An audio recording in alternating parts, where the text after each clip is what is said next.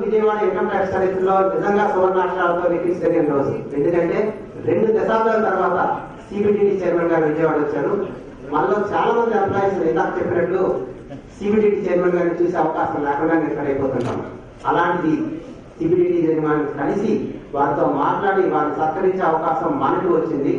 So ఈ రోజు మన జీవితాల్లో కూడా, మన ఉద్యోగ జీవితాల్లో కూడా ఖచ్చితంగా గుర్తించుకోలేని రోజు. ఈ కార్యక్రమాన్ని మనందరం ఖచ్చితంగా గుర్తుపెట్టుకున్నా సెలబ్రేట్ చేసుకున్నాం, ప్లాన్ చేసుకున్నాము. కానీ సమయాభావం వల్ల కొంత కుదించడం జరిగింది. అయినా కూడా చక్కగా మనం అందరం గుర్తుపెట్టినట్టు చేసుకున్నాము. ఈ కార్యక్రమాన్ని మొదలు పెట్టడానికి మొదటగా మన విజయవాడ సిఐటి శ్రీ జయరామన్న ఐఎస్ గారిని వేదిక అలంకరిస్తున్నా కోరుతున్నాను. ఆయనకి ప్రణీత ఒకే ఎక్కువగా కోరుతున్నాను.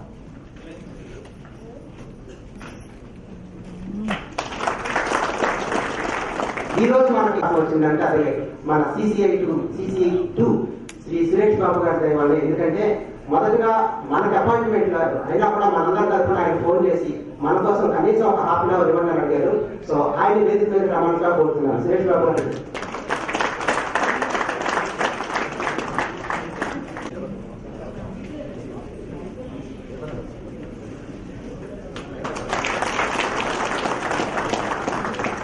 ఇందాక చెప్పినట్లు మన సిబిడిటి చైర్మన్ గారికి ఇంట్రడక్షన్ అనుకున్నాల్సిన అవసరం లేదు. ఆయన లాంటి మనుషులు మనం చాలా ఎదుర్కొంటూ వస్తాము. కేవలం చైర్మన్ అనే కాదు, నేను చెప్పినట్టు అసలు ఒక గొప్ప మనిషి గొప్పతనం ఎలా తెలుస్తుంది అంటే ఆయన సామాన్యుని ఎలా ట్రీట్ చేస్తారో అనడానికి ఉంటుంది. ఆయన ఒక ఎడిషనల్ కమిషనర్ ఎలా ట్రీట్ చేస్తారో కంటింజెంట్ కూడా అంతే ఉదారంగా ట్రీట్ చేస్తారు. అదే ఆయన మొదలుగా చెప్పినట్టు మనం చాలా నేర్చుకోవాలనుకుంటాం. అవన్నీ ఇప్పుడు చెప్పారు, క్రమం లేదు. చైర్మన్ గారిని సాధారణంగా వేదిక మీద భవానీ గారిని మనందరి తరఫున ఆయన గౌరవంగా కోరుతున్నారు. ఇంకా కొద్దిగా కష్టపడతాను.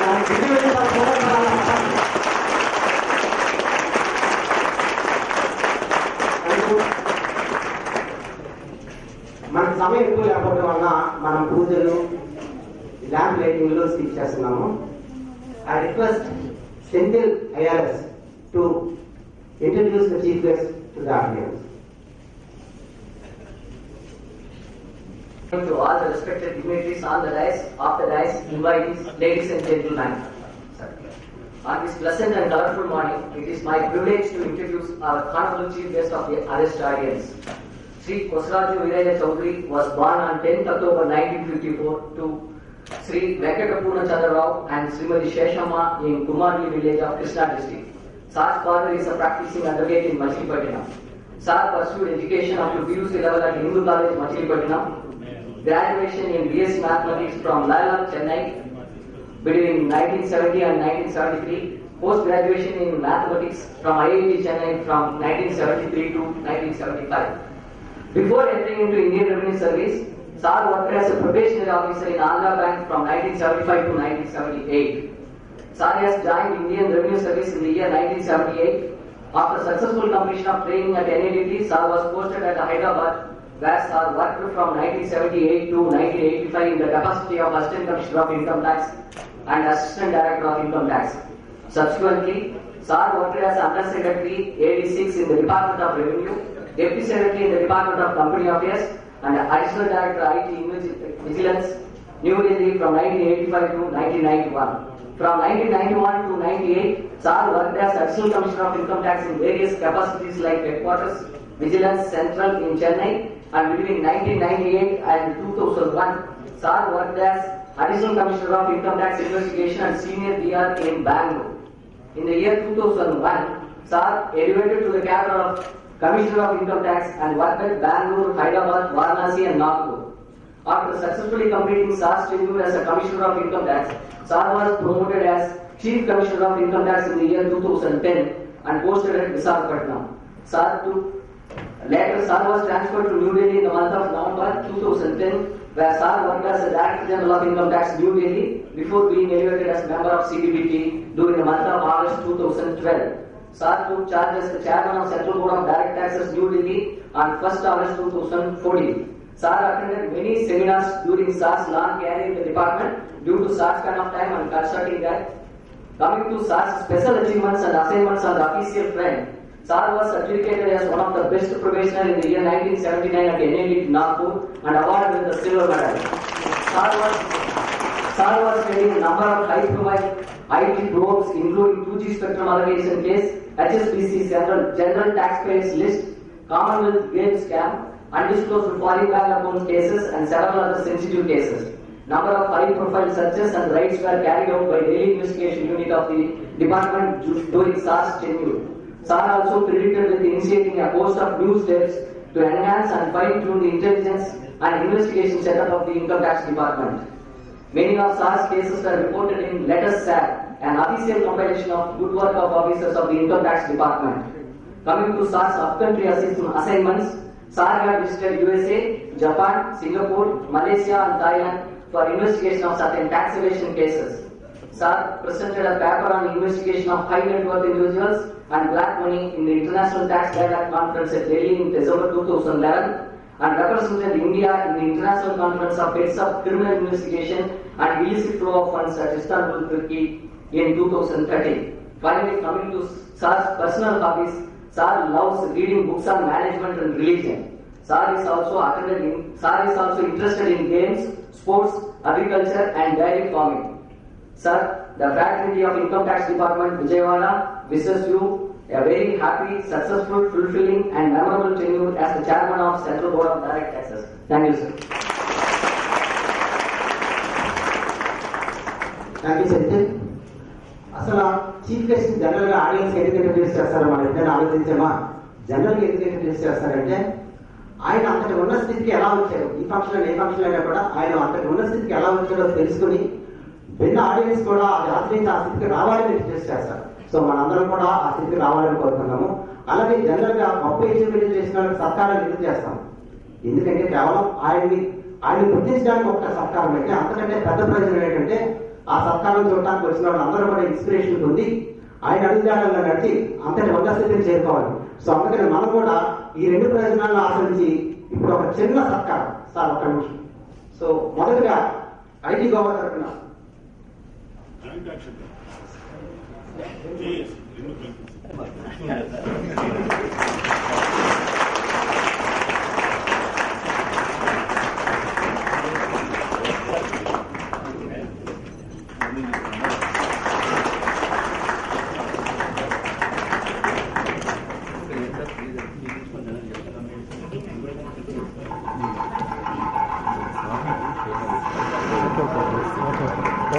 Good morning, everyone. Sir, Chaudhary sir, the officers who have been benefited by your recent initiative to conduct the DPC for ITO to ACAP, they are all present, starting with Balamuli Krishna.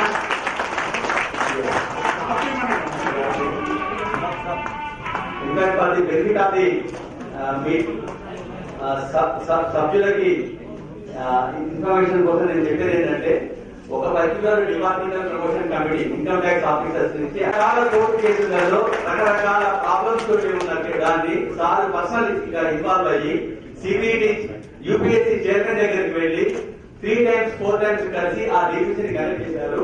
180 మంది income tax ఆఫీసర్లు ఈ రోజు భారతదేశాన sir కి immediate గా కృతజ్ఞులై ఉన్నారు. Please Sir, on my behalf of Income Tax Guest Officers Association, Income Tax Employees Federation, Joint Council of Action, Andhra Pradesh and Telangana, we profusely thank you for your efforts, for your initiation that you have been taking in the past 30 days. And ఈ సభాముఖంగా నేను ఇంతకు ముందు 2-3 సభల్లో కూడా ప్రార్థించాను. భగవంతుని ప్రార్థించేది ఒకటే, KV Chowdary గారికి నార్త్ బ్లాక్ లో చాలా చాలా రోజులు ఉండాలని చెప్పి కోరుకుంటున్నాను. ఒక 31 అక్టోబర్ కాదు, 31 అక్టోబర్ కంటే తర్వాత కూడా కనీసం 31 మార్చి కానీ ఇంకా వదిలేనా ఉండాలి. పదే ప్రార్థిస్తుంటే తదాస్తు దేవతలు ఎప్పుడో ఒకసారి తదాస్తు అంటారు. Thank you.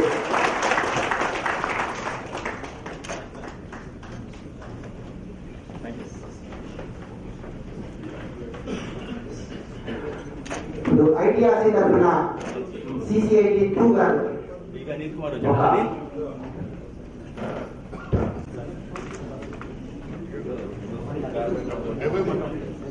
తర్వాత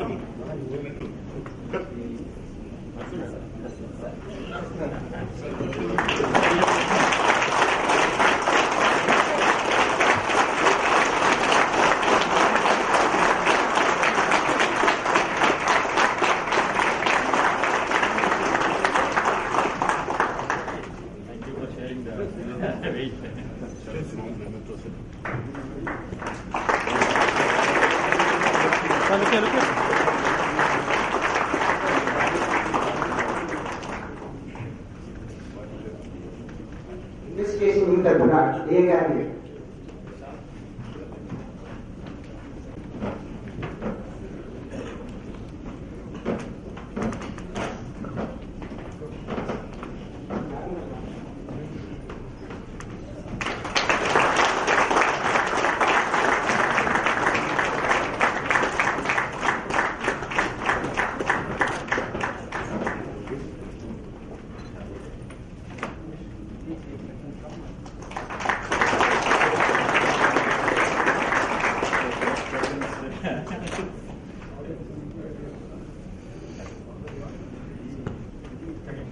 సిఐడబ్ల్యూస్ మేడం గారు.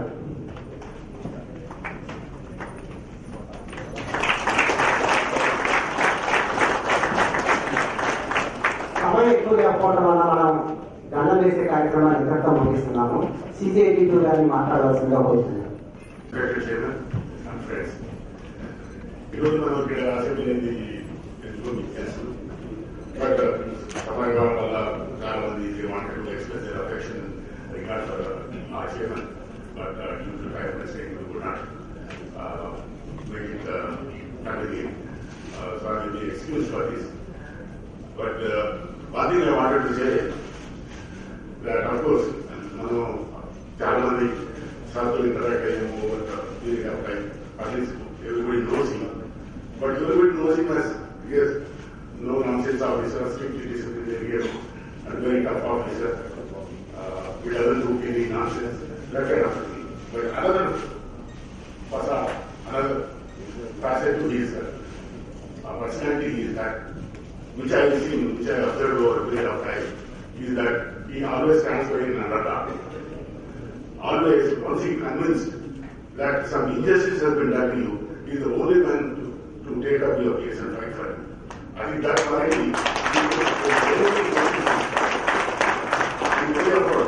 colleagues also will vouch for that.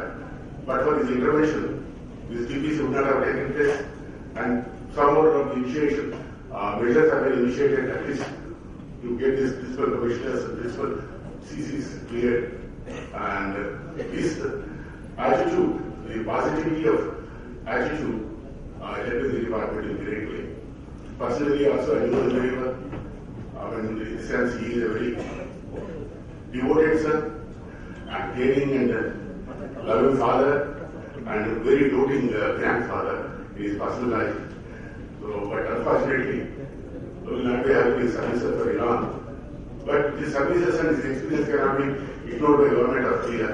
Government of India will definitely make use of his services and expertise. But unfortunately, it may not be in the department. We regret that very badly, sir. And we wish you a very happy career in the department and outside the department also. Thank you very much. Thank you sir. ఇప్పుడు మన chairman గారిని మనం ఉద్దేశించి మాట్లాడాల్సిందిగా కోరుతున్నాను. సురేష్ బాబు గారు ఇద్దరం దగ్గరగా ఒకేసారి సర్వీస్ లో మొదలుపెట్టాం. ఒక సంవత్సరం ఇచ్చారు, ఇద్దరం కలిసి పని చేసాం. ఐటీఓగా తర్వాత మిగతా కార్డుల్లో కూడా కలిసి పని చేయడం, లాస్ట్ విశాఖపట్నంలో కలిసి పని చేసాం. జయరామన్ గారు కమిష్ గారు చెన్నైలో కలిసి పని చేసాం. ప్రసాద్ గారు నేను విశాఖపట్నంలో కలిసి పని చేసాం. ఇంకా మిత్రుల్లో చాలా మంది డైరెక్ట్ గా కలిసి పనిచేసిన వాళ్ళు, కొంతమంది ఏదో రకంగా ప్రభుత్వం లేకపోతే డిపార్ట్మెంట్ పరంగా చేయడం జరిగింది. సోదరులందరికీ నమస్కారాలు. మీరు సురేష్ బాబు రావు గారు చెప్పినందుగా సమయం ఇక్కడ కేటాయించుకోవడం జరిగింది. ఏ ఉద్దేశం కాదు, కొంచెం చిన్న ఓల్డ్ స్కూల్ వాళ్ళు ఖాళీ చుట్టి వాళ్ళు రిక్వెస్ట్ చేస్తే ఇక్కడ రావడం జరిగింది. ఎక్కువ సమయం కేటాయిస్తే బాగానే ఉండేది, కాకపోతే సమయం దీని గురించి చేస్తారు. ఒక 2 విషయాలు బట్టి చెప్తాను. మన సిద్ధరామరావు కొంత నాకు చందని గౌరవం పంపించాడు. 9 నెలల నుంచి డిగ్రీస్ జరగలేదు, చౌదరి గారు వచ్చి చేసేశారు.